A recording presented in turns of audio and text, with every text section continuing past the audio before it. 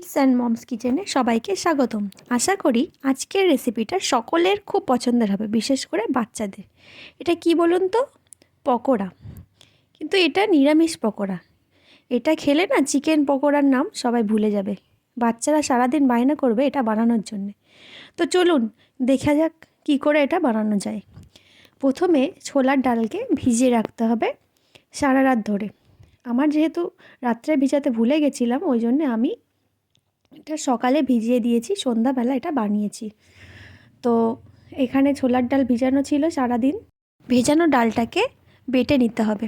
বাটা হয়ে গেছে আমার, আমি মিক্সিতে বেটে নিয়েছি। আপনারা চাইলে শিলনোড়াতেও বেটে নিতে পারেন। আর খুব অল্প উপকরণ লাগবে, যেহেতু এটা নিরামিষ। তো দেখুন এখানে কী কী লাগছে।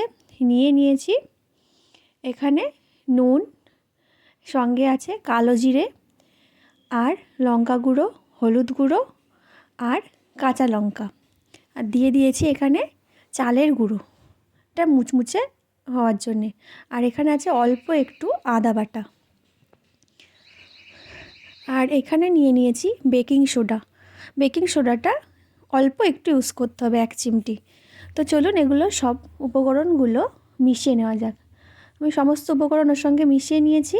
নিয়ে এখন ভাজার পালা। কোনো ঝামেলা ছাড়াই এই পকোড়াটা বানিয়ে দেখবেন, সবাই খুব পছন্দ করবে। আর সামনে তো রোজা চলে আসছে, রোজার সময় ইফতারিতে বানিয়ে দেখবেন, খুব ভালো লাগবে। তো এখানে কড়াইতে তেল গরম হতে দিয়েছি।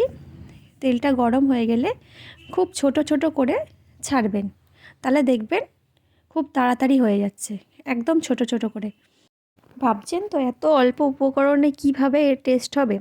একবার আমার কথা শুনে বানিয়েই দেখুন না, দেখবেন মুখে লেগে থাকবে এর স্বাদ। খুব সুন্দর খেতে হয়। এটা ছোট ছোট করেই ছাড়বেন, এটা বড় বড় করে ছাড়লে ভালো লাগে না। এই পকোড়াটা ছোট ছোট খেতেই ভালো লাগে। আর এই সময় অবশ্যই গ্যাসের আঁচটা কিন্তু হাইতে রাখতে হবে ছাড়ার সময়। তারপর এটাকে লাল লাল করে, একদম লাল লাল করে ভাজতে হবে। দেখুন আস্তে আস্তে কালারটা চলে এসছে। মাঝে মধ্যে কিন্তু নাড়িয়ে দিতে হবে, নাহলে দেখবেন এক পিঠ হয়ে গেছে, পুড়ে গেছে, আর অন্য দিকটা হয়নি। ওই জন্য মাঝে মধ্যেই নাড়িয়ে দিতে হবে। দেখুন আমার অলরেডি কালার চলে এসছে। এবার আমি তুলে নেব। তো তুলে নিয়ে রেখেছি এদিকে। ওই একই রকমভাবে আমি পুরোটা বানিয়ে নিয়েছি।